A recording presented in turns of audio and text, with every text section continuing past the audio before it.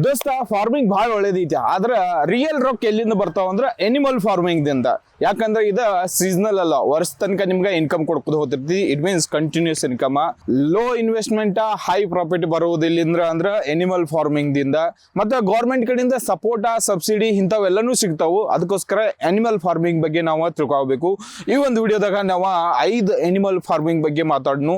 So ಯಾವ ಅನ್ನೋದನ್ನ ನೀವೇನಾದ್ರು ತಿಳ್ಕೊಬೇಕೈತೆ ಅಂದ್ರೆ ವಿಡಿಯೋನ ಎಂಡ್ ತಗ ನೋಡ್ರಿ. ಸೊ ಹಂಗಿದ್ಮೇಲೆ ತಡ ಯಾಕ ದೋಸ್ತ್, ಈ ವಿಡಿಯೋನ ಸ್ಟಾರ್ಟ್ ಮಾಡ್ನು. ಅದಕ್ಕಿಂತ ಮುಂಚೆ ಇನ್ನತಕ್ಕ ಸಬ್ಸ್ಕ್ರೈಬ್ ಮಾಡ್ಲಿಕ್ಕೆ ಪ್ಲೀಸ್ ಸಬ್ಸ್ಕ್ರೈಬ್ ಮಾಡ್ಕೊ. ಇಂಥ ವಿಡಿಯೋಗಳ ನಿನಗಾಗಿ ನಾನು ತಗೊಂಡ್ ಬರ್ತಾನೆ ಇರ್ತಾನೆ. ಬರ್ರಿ ಸ್ಟಾರ್ಟ್ ಮಾಡು ದೋಸ್ತ. ಮೊದಲನೇ ಫಾರ್ಮಿಂಗ್ ಅಂದ್ರೆ ಡೈರಿ ಫಾರ್ಮಿಂಗ್. ಡೈರಿ ಫಾರ್ಮಿಂಗ್ ನ ನಮ್ಮ ಇಂಡಿಯಾದ ಹಳ್ಳಿಗಳಲ್ಲಿ ಎಲ್ಲಾ ರೈತರು ಮಾಡ್ತಾರು. ತಮ್ಮ ಮನೆಯಲ್ಲಿ ಎಮ್ಮೆಗಳು, ಹಸುಗಳು, ಆಕಳು, ಆಡುಗಳು, ಮೇಕೆಗಳು ಎಲ್ಲಾನು ಸಾಕ್ತಾರು. ಎಲ್ಲಾದ್ರ ಬಗ್ಗೆನೂ ಅವ್ರಿಗೆ ಗೊತ್ತಿರ್ತೈತಿ. ಸಪೋಸ್ ನೀವೇನಾದ್ರು ಆಕಳು ಸಾಕಿದ್ರಿ ಅಂದ್ರೆ ಹಾಲು ಹೆಚ್ಚು ಕೊಡ್ತೈತಿ, ಫ್ಯಾಟ್ ಕಂಟೆಂಟ್ ಕಡಿಮೆ ಇದ್ದಿರ್ತೈತಿ. ಸೊ ರೇಟ್ ನಿಮ್ಗೆ 30 ರಿಂದ 35 ರೂಪಾಯಿ ಪ್ರತಿ ಲೀಟರ್ದಂತೆ ಸಿಗುವಂಥ ಚಾನ್ಸ್ ಇರ್ತೈತಿ. ಎಮ್ಮೆ ಸಾಕಿದ್ರಿಂದ ಎಮ್ಮೆ ಸ್ವಲ್ಪ ಹಾಲು ಕಡಿಮೆ ಕೊಡ್ತೈತಿ, ಫ್ಯಾಟ್ ಕಂಟೆಂಟ್ ಹೆಚ್ಚಿದ್ದಿರ್ತೈತಿ. ರೇಟ್ 50 ರಿಂದ 60, 70 ತನಕನೂ ಸಿಗ್ಬೋದು ಪ್ರತಿ ಲೀಟರ್ಗೆ. ಸೊ ಇದಕ್ಕಿಂತ ಹೆಚ್ಚಬೇಕೈತಂದ್ರೆ ಆಡು, ಮೇಕೆ, ನಾವು ಇಂಥವ್ರು ಇದ್ರ ಹಾಲ್ಕು ಹೆವಿ ಡಿಮ್ಯಾಂಡ್ ಇದ್ದಿರ್ತೈತಿ. ನಿಮಗೆ ಮಾರ್ಕೆಟ್ದಾಗ 100 ರೂಪಾಯಿ ಮಿನಿಮಮ್ದಿಂದ ಹಿಡ್ಕೊಂಡು 150 ತನಕನೂ ಸಿಗ್ತೈತಿ ಪ್ರತಿ ಲೀಟರ್ ಮೇಕೆ ಹಾಲ್ಕ. ಡಿಪೆಂಡ್ ಆಗ್ತೈತಿ ನೀವು ಎಲ್ಲಿ ಇದನ್ನ ಮಾರತ್ತೀರಿ ಅನ್ನೋದ. ಸೊ ದೋಸ್ತ, ರಫ್ ಕ್ಯಾಲ್ಕುಲೇಷನ್ಕ ನಾವು ಒಂದು ಎಮ್ಮೆ ಇದೆ ನೋಡೋಣ. ಯಾಕಂದ್ರೆ ನಾವು ಎಮ್ಮೆನೇ ಸಾಕ್ತೇವೆ. 1 ಲಕ್ಷ ರೂಪಾಯಿ ನಿನ್ನ ಹತ್ರ ಇದ್ದಂದ್ರೆ 2 ಜಬರ್ದಸ್ತ್ ಆಗಿರುವಂಥ ಎಮ್ಮೆಗಳು ಸಿಗ್ತಾವು. ಆನ್ ಏನ್ ಎವರೇಜ್ ನಿಮ್ಗೆ 5 ಲೀಟರ್ ಹಾಲು ಕೊಡುವಂಥ ಎಮ್ಮೆಗಳು. ಸೊ 2 ಎಮ್ಮೆ ಅಂದ್ರೆ 10 ಲೀಟರ್ ಕೊಡ್ತಾವೆ. ಎವರೇಜ್ ರೇಟ್ ನೀವು 60 ರೂಪಾಯಿನೂ ಹಿಡಿದ್ರೆ ನಿಮ್ಗೆ ಏನಿಲ್ಲ ಅಂದ್ರೂ ಕಮ್ಮಿ ಅಂದ್ರೂ ಡೈಲಿ 500 ರಿಂದ 600 ರೂಪಾಯಿ ಅರ್ನಿಂಗ್ ಇದ್ದಿರ್ತೈತಿ ಡೈಲಿ. ಸೊ ನೀವು ತಿಂಗಳಿಗೆ ಕನ್ವರ್ಟ್ ಮಾಡ್ರಿ ಅಂದ್ರೆ 15 ರಿಂದ 18 ಸಾವಿರ ರೂಪಾಯಿ ಅರ್ನಿಂಗ್ ಐತಿ 2 ಎಮ್ಮೆದಿಂದ. ಭಾಳಷ್ಟು ITBT ಎಂಪ್ಲಾಯಿಗಳ ಇಷ್ಟ ಅರ್ನ್ ಮಾಡತ್ತಾರ 15 ರಿಂದ 18. 2 ಎಮ್ಮೆ ಜಬರ್ದಸ್ತಾಗಿ ನಿಮ್ಮನ್ನ ಲೈಫ್ ಸೆಟಲ್ ಮಾಡ್ತಾವು. ಸೊ ಇದು ಒಂದು ರಫ್ ಕ್ಯಾಲ್ಕುಲೇಷನ್ಕ ಭಾಳಷ್ಟು ರೈತರು ಮಾಡತ್ತಾರ. ನೀವು ಒಬ್ಬ ಅಲ್ಲ, ಲಕ್ಷಾಂತರ ಜನ ಈ ಒಂದು ಫಾರ್ಮುಲಾನ ಅಪ್ಲೈ ಮಾಡ್ಕೊಂಡು ತಮ್ಮ ಮನೆಯನ್ನ ನಡ್ಸಾಕ್ದಾರು. ಸೊ ಇನ್ನು ಇದ್ರಾಗ ನೀ ಭಾಳಷ್ಟು ಅರ್ನ್ ಮಾಡೋದು ಹಂಗಿದ್ದಂದ್ರೆ ಎಮ್ಗಳ ನಂಬರ್ ಹೆಚ್ಚು ಮಾಡ್ಬೋದು. ಇಲ್ಲ ನನಗೆ ಹೆಚ್ಚು ಪ್ರಾಫಿಟಬಲ್ ಬರುವಂಥ ಡೈರಿ ಫಾರ್ಮಿಂಗ್ ಮಾಡಬೇಕು ಹಂಗಿತ್ತಂದ್ರೆ ನೀವು ಇನ್ನ ಏನು ಮಾಡಕ್ಕೆ ಸಾಧ್ತೈತಿ, ವ್ಯಾಲ್ಯೂ ಎಡಿಷನ್ ಅಂತ ನಾವು ಕರಿತೇವೆ ಇದನ್ನ. ವ್ಯಾಲ್ಯೂ ಎಡಿಷನ್ದಾಗ ನೀವು ಡೈರೆಕ್ಟ್ಲಿ ಹಾಲು ಮಾರಕ್ಕೆ ಹೋಗ್ಬೇಡ್ರಿ, ಮೊಸರ ಮಾಡಿ ಮಾರ್ರಿ, ತುಪ್ಪ ಮಾಡಿ ಮಾರ್ರಿ. ಸೊ ನೀವು ಹಿಂಗೇನಾದ್ರು ಮಾಡಿರಿ ಅಂದ್ರೆ ನಿಮ್ಮ ಇನ್ಕಮ್ ಈಗೇನು 500 ರಿಂದ 600 ಬರಕ್ಕೆ ಐದು ನೋಡು, ಅದು 1000 ಆಗೋ ಚಾನ್ಸಸ್ ಐತಿ, 1200 ಆಗೋ ಚಾನ್ಸಸ್ ಇರ್ತೈತಿ. ಸೊ ಹಿಂಗೆಲ್ಲರೂ ನೀವು ಮಾಡಿ ಡೈರಿ ಫಾರ್ಮಿಂಗ್ ಮಾಡ್ತಿದ್ರಿ ಅಂದ್ರೆ ಅರ್ನಿಂಗ್ ಅಂತೂ ಜಬರ್ದಸ್ತ್ ಐತಿ ಡೈರಿ ಫಾರ್ಮಿಂಗ್ದಾಗ. ಪ್ರೂವನ್ ಮೆಥಡ್ಗಳು ಇದಾವೆ ಇವೆಲ್ಲ. ಇವೇನ ಹೈಪೋಥೆಟಿಕಲಿ ಥೆರಾಟಿಕಲಿ ಏನೂ ಇಲ್ಲ ದೋಸ್ತ. ಆಲ್ರೆಡಿ ಜನ ಮಾಡ್ತಿದ್ರು, ಪ್ರಾಕ್ಟಿಕಲ್ ಆಗಿ ನಾವು ಇದನ್ನ ಹೇಳತ್ತೇವು. ಇದನ್ನ ನೀವು ಟ್ರೈ ಮಾಡ್ಬೋದು.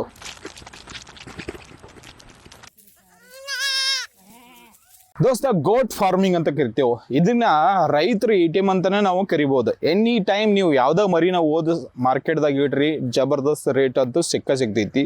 ಮಿನಿಮಮ್ ರೇಟ್ ಅಂತೂ ಫಿಕ್ಸ್ ಇದ್ದಿರ್ತೈತಿ ಮಾರ್ಕೆಟ್ದಾಗ, ಮ್ಯಾಕ್ಸಿಮಮ್ಮು ಸಿಗ್ತೈತಿ. ಡಿಪೆಂಡ್ ಆಗ್ತೈತಿ ನಿಮ್ದಂಡೆ ಆ ಮರಿದ ಕ್ವಾಲಿಟಿ ಏನೈತಿ. ಯಾಕಂದ್ರೆ ಮಟನ್ ತಿನ್ನೋ ಮಂದಿ ಏನು ಕಡಿಮೆ ಇಲ್ಲ ಇವಾಗ. ಸೊ ಹಂಗಿದ್ಮೇಲೆ ನೀವು ಗೋಟ್ ಫಾರ್ಮಿಂಗ್ ಮಾಡ್ಬೋದು. ಇನ್ವೆಸ್ಟ್ಮೆಂಟ್ ನೀವು ಏನಾದ್ರು ನೋಡೋದಿತ್ತು ಅಂದ್ರೆ ಸ್ಟಾರ್ಟಿಂಗ್ ನೀವು 10 ರಿಂದ 15 ಮರಿಗಳನ್ನು ತೊಗೊಂಬಂದ ಸಾಕಾಣಿಕೆ ಮಾಡತ್ತಿರುತ್ತಂದ್ರೂ ನಿಮ್ಗೆ 1 ರಿಂದ 1.5 ಲಕ್ಷ ಅಥವಾ ಭಾಳ ಹೆಚ್ಚಿಗೆ ನಿಮ್ಗೆ ಕಾಸ್ಟ್ಲಿ ಬಿದ್ರೂ 2 ಲಕ್ಷ ತನಕ ನಿಮ್ಗೆ 10 ಮರಿ ಅಂತೂ ಕಂಪಲ್ಸರಿ ಸಿಗ್ತಾವು. ಸೊ ನೀವು ಇನ್ವೆಸ್ಟ್ಮೆಂಟ್ ನೋಡೋದೈತೆ ಅಂದ್ರೆ ದೋಸ್ತ, ನಿಮ್ಗೆ 1 ರಿಂದ 1.5 ಲಕ್ಷದಾಗ 10 ರಿಂದ 15 ಮೇಕೆ ಮರಿ, ಆಡು ಮರಿ ಅಂತೂ ಸಿಗ್ತಾವು.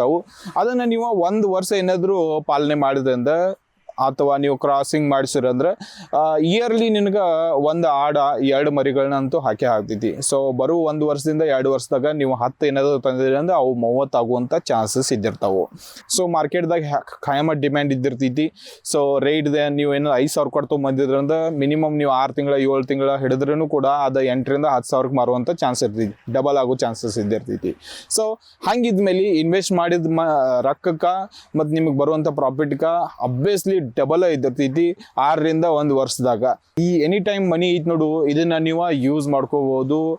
ಗೋಟ್ ಫಾರ್ಮಿಂಗ್ ನ ನೀವು ಕಲಿಬಹುದು. ಮೊದ್ಲು ಕಲೀರಿ, ಆಮೇಲೆ ಪ್ರಯತ್ನ ಮಾಡ್ರಿ. ಯಾಕಂದ್ರೆ ಬಹಳಷ್ಟು ರೋಗಗಳ ಅದು ಇದು ಏನೇನೋ ಬರ್ತಿರ್ತಾವು. ಮೊದಲು ಕಲೀರಿ ಅದ್ರ ಬಗ್ಗೆ. ಸೊ ತಿಳ್ಕೋರಿ, ಗೋಟ್ನ ಹೆಂಗ್ ಬೆಳೆಸ್ಬೇಕು, ಆಡುಗಳನ್ನ ಹೆಂಗ್ ಡೈರೆಕ್ಟ್ಲಿ ಮಾರೋರು ನೀವು ಮಾರಬಹುದು. ಇಲ್ಲ ನಾ ಹಾಲ್ ಸಂಬಂಧ ಇಟ್ಕೊತೇನೆ ಅಂದ್ರೆ ಹಾಲು ಕೊಡುವಂತ ಗೋಟುಗಳು ತಳಿನ ಬೇರೆ ಇದ್ದಿರ್ತಾವು, ಅವತನ್ನು ಹುಡುಕಾಡ್ಕೊಂಡು ನೀವು ಹೋಗಿ ತಗೊಂಡ್ ಬರ್ಬೋದು. ಹಾಲಿಗಂತೂ ಹೆವಿ ಡಿಮ್ಯಾಂಡ್ ಇತ್ತು ದೋಸ್ತ. ಇದನ್ನ ನೀವು ಗೋಟ್ ಫಾರ್ಮಿಂಗ್ನ ಕನ್ಸಿಡರ್ ಮಾಡ್ಬೋದು. ನಿಮ್ಗೆ ಗೌರ್ಮೆಂಟ್ ಕಡೆಯಿಂದ ಸಬ್ಸಿಡಿನೂ ಸಿಗ್ತೈತಿ.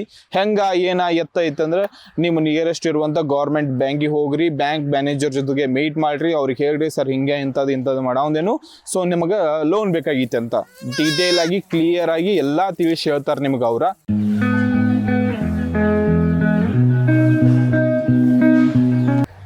ಪೊಲ್ಟ್ರಿ ಫಾರ್ಮಿಂಗ್ ಫಾಸ್ಟೆಸ್ಟ್ ಫಾರ್ಮಿಂಗ್ ಬಿಸ್ನೆಸ್ ಅಂತಾನೆ ನಾವು ಕರಿಬಹುದು. ಯಾಕಂದ್ರೆ ಬರೀ 40 ರಿಂದ 45 ದಿನದಾಗ ಒಂದು ಬ್ಯಾಚ್ ಬರ್ತೈತಿ. ಸೊ ಒಂದು ಬ್ಯಾಚ್ದಾಗ ನೀವು ಫಸ್ಟ್ ಏನಿದ್ರು ಇನ್ವೆಸ್ಟ್ಮೆಂಟ್ ನೀವು ಮಾಡೋದ್ರಿಂದ 50,000 ರೂಪಾಯಿ ನೀವು 1,000 ಚಿಕನ್ ಮರಿಗಳನ್ನ ನೀವು ತೊಗೊಂಡ್ಬರ್ಬೋದು 50,000 ರೂಪಾಯಿದಾಗ. ಅದ್ರ ಫೀಡ್ ಅದು ಇದು ನೀವು 1 ಲಕ್ಷ ರೂಪಾಯಿ ಅಂತಾನು ಇಟ್ಕೊಂಡ್ರು ಕೂಡ ಪ್ರತಿ ಬ್ಯಾಚ್ಗೆ ನಿಮ್ಗೆ 1 ರಿಂದ 1.5 ಲಕ್ಷ ತನಕ ಖರ್ಚು ಬರ್ತೈತಿ. ಆದ್ರ ಪ್ರತಿ ಒಂದು ಬ್ಯಾಚ್ದಾಗ 1000 ಮರಿಗಳು ಇದ್ದಿರ್ತಾವು. ಆ ಕಡೆ ಈ ಕಡೆ ಒಂದು ಕೆಲವೊಂದು ಸತ್ತು ಅದು ಹಂಗು ಹಿಂಗು ಆಯ್ತು. ನಿಮ್ದು 950 ಮರಿಗಳನ್ನು ಇದಾವಂತ ತಿಳ್ಕೊರಿ. ನೀವು ಕೋಳಿ ದೊಡ್ಡ ಅದು ಅಂದ್ರೆ ಪ್ರತಿ ಬಡ ಮಿನಿಮಮ್ 200 ರೂಪಾಯಿ ಅದರ ಮಾರ್ಕೆಟ್ ವ್ಯಾಲ್ಯೂ ಇದ್ರೈತಿ. ಯಾಕಂದ್ರೆ ಚಿಕನ್ ತಿನ್ನು ಮಂದಿ ಕಡಿಮೆ ಇಲ್ಲ, ಆಲ್ವೇಸ್ ಓವರ್ ಕನ್ಸಂಪ್ಷನ್ ಐತಿ. ಕಂಟಿನ್ಯೂಯಸ್ ಆಗಿ ನೀವು ಎಷ್ಟು ಬೆಳೆದ್ರೂ ಮಾರ್ಕೆಟ್ದಾಗ ರೇಟ್ ಸಿಗ್ತೈತಿ. ಮಿನಿಮಮ್ 200 ರೂಪಾಯಿ ನಾವು ಹಿಡಿದ್ರು ಕೂಡ ರೇಟ್ ಎಷ್ಟಾಯ್ತು ಕ್ಯಾಲ್ಕುಲೇಷನ್ ಮಾಡ್ರಿ.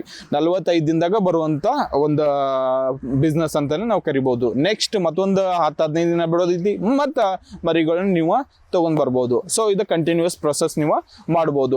ಫಾಸ್ಟೆಸ್ಟ್ ಆಗಿ ಗ್ರೋ ಆಗ್ತಿರುವಂತ ಬಿಸ್ನೆಸ್ ಅಂತಾನೆ ನಾವು ಇದನ್ನ ಕರಿಬಹುದು. ನಿಮ್ಗೆ ಗೌರ್ಮೆಂಟ್ ಕಡೆಯಿಂದ ಸಬ್ಸಿಡಿನೂ ಇದಾವೆ ಅವೈಲೇಬಲ್. ಒಂದ್ ಸ್ವಲ್ಪ ರಿಸರ್ಚ್ ಮಾಡ್ರಿ, ಏನಾಗತ್ತಂದ್ರೆ ನಿಮ್ಗೆ ಗೊತ್ತಾದೈತಿ, ನೀವು ಅಪ್ಲೈ ಮಾಡಿ ಅದನ್ನ ತಗೊಳ್ಳೋದು. ಸೊ ಪೊಲ್ಟ್ರಿ ಫಾರ್ಮಿಂಗ್ ಮಾಡಬಹುದು, ಬಹಳಷ್ಟು ಜನ ಮಾಡತ್ತಾರ.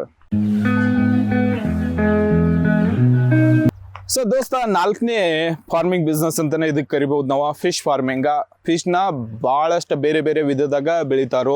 ದೊಡ್ಡ ಕೆರಿದಾಗೂ ಬೆಳಿತಾರೋ, ಕ್ಲೋಸ್ಡ್ ಎನ್ವೈರ್ಮೆಂಟ್ದಾಗೂ ಬೆಳಿತಾರೋ. ಭಾಳಷ್ಟು ಮೆಥಡ್ಗಳು ಇದಾವು.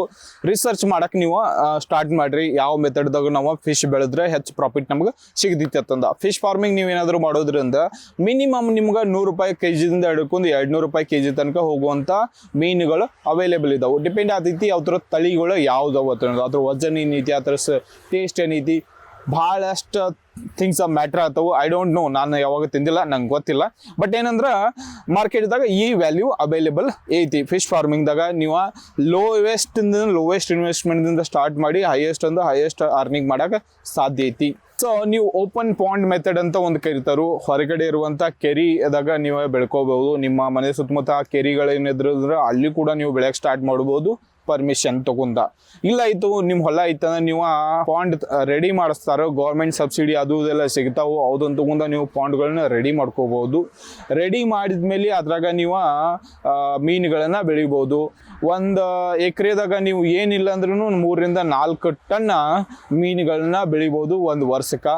ಸೊ ಮಿನಿಮಮ್ ವ್ಯಾಲ್ಯೂ ನೀವು 100 ರೂಪಾಯಿ ಹಿಡ್ಕೊಂಡ್ರು ಕೂಡ, 100-120 ರೂಪಾಯಿ ಹಿಡ್ಕೊಂಡ್ರು ಕೂಡ ವರ್ಷಕ್ಕೆ ಏನಿಲ್ಲ ಅಂದ್ರೂ ನೀವು 6 ರಿಂದ 7 ಲಕ್ಷ ರೂಪಾಯಿ ಅರ್ನ್ ಮಾಡಕ್ಕೆ ಸಾಧ್ಯ ಐತಿ ಫಿಶ್ ಫಾರ್ಮಿಂಗ್ದಾಗ.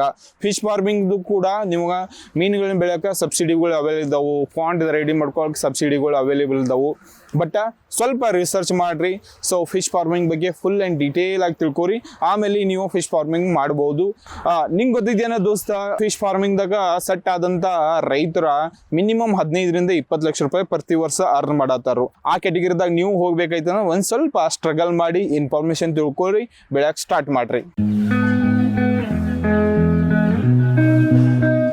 ಸೊ 5ನೇ ಬೆಸ್ಟ್ ಫಾರ್ಮಿಂಗ್ ಮೆಥಡ್ ಅಂತ ನಾವು ಕರಿಬಹುದು ಬೀ ಕೀಪಿಂಗ್ ಅಥವಾ ಜೇನು ಹುಳ ಸಾಕಾಣಿಕೆ. ಇವಾಗ ಬಹಳಷ್ಟು ಡಿಮ್ಯಾಂಡ್ ಐತಿ ಜೇನುತುಪ್ಪಕ್ಕೆ. ಜನ ಮಿನಿಮಮ್ 500 ರೂಪಾಯಿ ಪ್ರತಿ ಕೆಜಿದಿಂದ ಹಿಡ್ಕೊಂಡು 3,000-4,000 ರೂಪಾಯಿ ಕೆಜಿ ತನಕನೂ ಮಾರಾತಾರು, ಯಾರು ಅವ್ರ ಬೆಳೆಯತ್ತಾರ ಅವ್ರ. ಸೊ ದೋಸ್ತ, ಹಂಗಿದ್ಮೇಲೆ ಇದ್ರ ಬಗ್ಗೆ ಒಂದು ಸ್ವಲ್ಪ ಇನ್ಫಾರ್ಮೇಶನ್ ನಾವು ತಿಳ್ಕೊಂಡು ಇನ್ವೆಸ್ಟ್ಮೆಂಟ್ ಎಷ್ಟು ಖರ್ಚು ಬರ್ಬೋದು. ಇವಾಗ ಬೀ ಕೀಪಿಂಗ್ದಾಗ ಬೇರೆ ಬೇರೆ ಮೆಥಡ್ದಾಗ ಬೀ ಕೀಪಿಂಗ್ ಮಾಡ್ತಾರು, ಜೇನು ಹುಳ ಸಾಕಾಣಿಕೆ ಮಾಡ್ತಾರು. ಈ ಬಾಕ್ಸ್ ಮೆಥಡ್ದಾಗ ನಾವು ಏನಾದ್ರು ಮಾತಾಡೋದಾಯ್ತಂದ್ರೆ ನಾವು 20 ಬಾಕ್ಸ್ ಖರೀದಿ ಮಾಡಾಕ್ತೇವೆ ಅಂತ ತಿಳ್ಕೊಂಡು ಒಂದು 20 ಬಾಕ್ಸ್ಗೆ ಒಂದು 50,000 ರೂಪಾಯಿ ನಮ್ಗೆ ಇನ್ವೆಸ್ಟ್ಮೆಂಟ್ ಖರ್ಚು ಬರ್ತೈತಿ. ಜೊತೆಗೆ ಇನ್ನ ಬೇರೆಷ್ಟು ಸಾಮಾನುಗಳು ಮುಖಕ್ಕೆ ಹಾಕೋ ಸೇಫ್ಟಿ ಇಕ್ವಿಪ್ಮೆಂಟ್ಗಳ ಅಂಥವೆಲ್ಲ ಸಿಗ್ತಾವೆ. ಅವ ಮತ್ತು ಒಂದು ಸ್ವಲ್ಪ ನಾವು ಟ್ರೈನಿಂಗ್ ತೊಗೋಬೇಕಾಗ್ತೈತಿ. ಟ್ರೈನಿಂಗ್ ಮತ್ತು ಅದರ್ ಎಕ್ವಿಪ್ಮೆಂಟ್ ಎಲ್ಲ ಖರ್ಚು ನಾವು ಹಿಡಿದು ಅಂದ್ರೆ ಒಂದು 25,000 to 30,000 ತನಕ ಅದು ಖರ್ಚು ಬರ್ತೈತಿ. ಸೊ ಹಿಂಗೆ ನೋಡಿದಂದ್ರೆ 1,00,000 ರೂಪಾಯಿದಾಗ ಫುಲ್ ಸೆಟಪ್ ರೆಡಿ ಆತೈತಿ ನಮ್ಮದ. ಇನ್ನು ನಾವು ಪ್ರತಿ ವರ್ಷ ಒಂದೊಂದು ಬಾಕ್ಸ್ದಿಂದ ಮಿನಿಮಮ್ ಅಂದ್ರೂ 10 kg ತುಪ್ಪ ತೆಗಿಬೋದು, ಮ್ಯಾಕ್ಸಿಮಮ್ 15 kg ತೆಗಿಬೋದು ನಾವು. ಸೊ ಮಿನಿಮಮ್ ವ್ಯಾಲ್ಯೂ ನಾವು 500 ರೂಪಾಯಿನೂ ಹಿಡ್ಕೊಂಡು ಹೋದ್ರೆ 10 kgದಂತೆ ನಾವು ಎಷ್ಟು ಅರ್ನ್ ಮಾಡೋಕ್ಕೆ ಸಾಧ್ಯತೆ ಒಂದು ಸ್ವಲ್ಪ ಕ್ಯಾಲ್ಕುಲೇಷನ್ ಮಾಡಿ. ನೀವು ಪ್ರತಿ ವರ್ಷ ಮಿನಿಮಮ್ ಏನಿಲ್ಲ ಅಂದ್ರೂ 3 ಲಕ್ಷದಿಂದ 5 ಲಕ್ಷ ತನಕ ಅರ್ನಿಂಗ್ ಐತಿ. ಮತ್ತೊಂದು ನಿಮ್ಗೆ ಇಂಟ್ರೆಸ್ಟಿಂಗ್ ವಿಚಾರ ಗೊತ್ತಿದ್ದೇನಾ? ಸೊ ಜೇನುಹುಳ ಸಾಕಾಣಿಕೆದಾಗ ಬೆಳಗ್ಗೆ ಎದ್ದು ಅದ್ರ ಸಂಗಟ ಗುದ್ದಾಡೋ ಅವಶ್ಯಕತೆ ಇರೋಂಗಿಲ್ಲ. ಯಾವಾಗ ಮೇಂಟೆನೆನ್ಸ್ ಅದು ತಗೋತಿದ್ ನೋಡು ಅವಾಗ ಮಾಡ್ಬೋದು. ಸೊ ಹಂಗಿದ್ಮೇಲೆ ಇದು ಬಹಳಷ್ಟು ಬೆನಿಫಿಷಿಯಲ್ ಆಗಿರುವಂಥ ಒಂದು ಸೈಡ್ ಬಿಸ್ನೆಸ್ ಫಾರ್ಮಿಂಗ.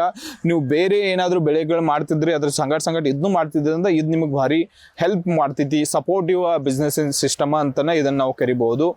ಸೊ ದಿನ ಹರಿವತ್ತೈವತ್ತಕ್ಕೆ ಅದ್ರ ಸಂಗಟ ಗುದ್ದಾಡೋ ಅವಶ್ಯಕತೆ ಇರೋಂಗಿಲ್ಲ. ಮತ್ತು ಮಾರ್ಕೆಟ್ದಾಗೆ ಕಾಯಮ ಡಿಮ್ಯಾಂಡ್ ಇರ್ತೈತಿ ನಿಮ್ಗೆ ಜೇನುಹುಳದ ತುಪ್ಪಕ್ಕೆ. ಹಂಗಿದ್ಮೇಲೆ ನಿಮ್ಗೆ ಇದನ್ನ ಸ್ಟಾರ್ಟ್ ಮಾಡೋರು ಇದ್ರಿಂದ ನಿಮ್ಗೆ ಇದ್ರಾಗೂ ಕೂಡ ಸಬ್ಸಿಡಿಗಳು ಅವೈಲೇಬಲ್ ಇದಾವೆ. ಸಬ್ಸಿಡಿ ಬಗ್ಗೆ ನೀವು ಒಂದು ಸ್ವಲ್ಪ ತಿಳ್ಕೊಬೇಕಾಗ್ತೈತಿ. ಭೇಟಿ ಆಗ್ರಿ ನಿಯರೆಸ್ಟ್ ಇರುವಂಥ ಕೃಷಿ ಸೆಂಟರ್ಗಳಿಗೆ ಅಥವಾ ಬ್ಯಾಂಕ್ಗಳಿಗೆ. ಅಲ್ಲಿ ನಿಮ್ಗೆ ಇದ್ರ ಬಗ್ಗೆ ಇನ್ಫಾರ್ಮೇಶನ್ ಕೊಡ್ತಾರೆ, ಎಷ್ಟು ಸಬ್ಸಿಡಿ ಸಿಗ್ತೈತಿ ಅನ್ನೋದು ಕೂಡ ಅವ್ರು ಹೇಳ್ತಾರೆ.